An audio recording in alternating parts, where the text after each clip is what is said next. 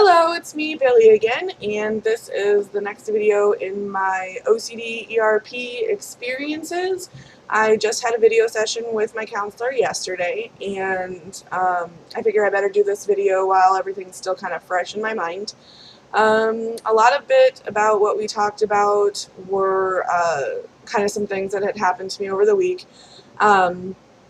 I am actually agoraphobic, and it's been about 4.5 years since I've been functional. I've been pretty much 99.9% homebound. You know, I can make it a couple of blocks around my house by foot or by car, and that's about it. But a week ago on Sunday, I was able to make it about a mile down the street to a park for my son's graduation party. I was pretty excited to actually be there. I got to see some people it had been a long time since I had seen, and it was the farthest I had been from home in almost 2 years. And I went early to help with the setup of everything, and it was a great day. It was really nice, pretty sunny, no rain, but it was windy, so that kind of fought against us when we were trying to put tablecloths out. It was very hard for me because I wanted to leave. My OCD wanted me to be back home by a certain hour, by a specific time. But I did my best to stay there. I kind of avoided looking at the clock, so I had no idea what time it was. And I stayed till about 10 minutes before the party actually ended, and that's when my anxiety was pretty high, and I knew that I had kind of reached my limit, so I had my husband bring me home. Plus, I knew once the party was over at 4, then they were going to have to clean up and put everything in the car, and I knew that would probably take a good hour, hour and a half, and I just didn't think I had an hour and a half still in me. My OCD was pretty strong at that point.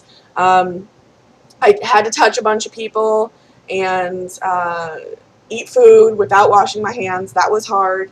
They do have a restroom there with running water, but there was no soap, so that was very difficult.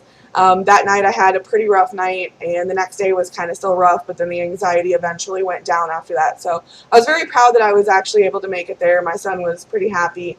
My husband was as well. So that was definitely good. We talked about that. We also talked about the fact that I get very, very poor quality of sleep.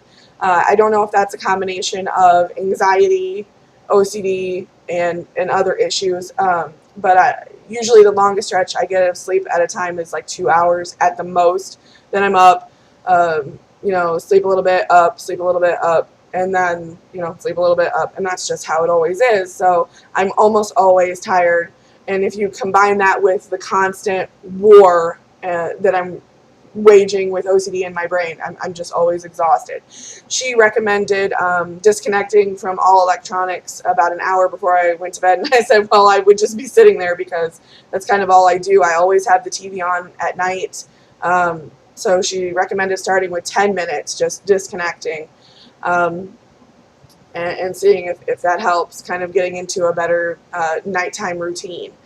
Some of the other things that she wants me to do as far as exposures is she really wants me to spend as much time possible working on my exposures every day, kind of like a job, which makes sense. I'm on disability, so I don't actually have a job. I do some freelance writing, but that's about it. So I do have the time to actually tackle this as a job, and she relates it to if I was in an inpatient treatment program, that I would just be doing exposures just all day long. So I'm supposed to do it as much as I can.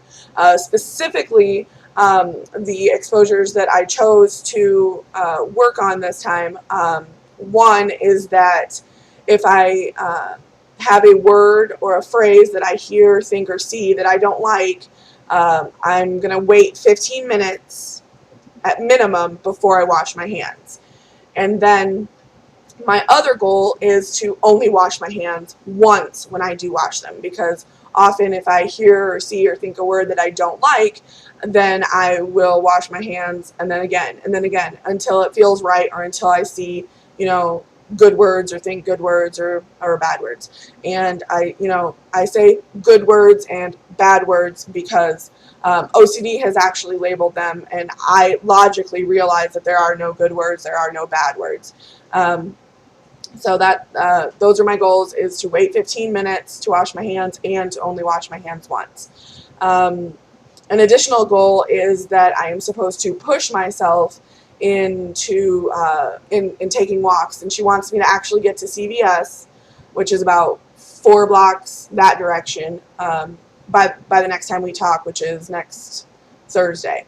That CVS has kind of been my goal for years, so we'll see what happens. She really wants me to push myself to get down there and prove to myself that I can do it.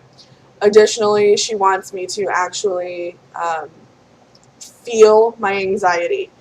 This is something that's difficult for me because I've been dealing with anxiety for about 20 years, and my initial reaction is to distract, to talk to somebody or to watch something on TV or to do anything to get my mind off the anxiety. And she actually wants me to feel it, to experience the sensations, kind of stay in the moment, realize that I can get through it. So that's definitely going to be something that's a little difficult to do, since for 20 years it's been ingrained into my head to run away, and to stop the anxiety, to get it to quit in any way, shape, or form. So I have to definitely learn how to experience it. I actually met with a home health care lady on this past Wednesday, and she doesn't have any experience with OCD, but I kind of explained everything to her, and she seemed pretty receptive. So her goal is to help walk with me. So hopefully by the time she gets here, on our next appointment, we had set a goal of being able to walk 2 blocks together. Hopefully we'll be able to walk even farther and maybe walk to CVS and back. And after that, then my goals are to walk further and to get in the car and start working on going farther with that as well.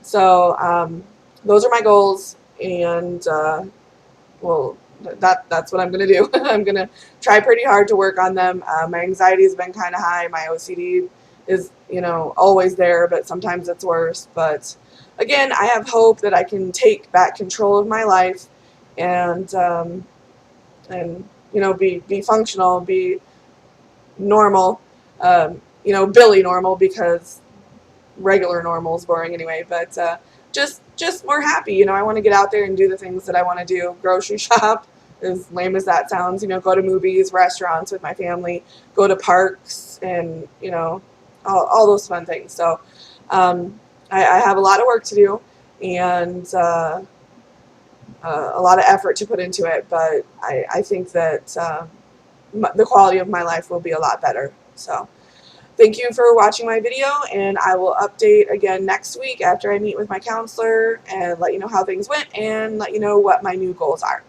Have a good weekend.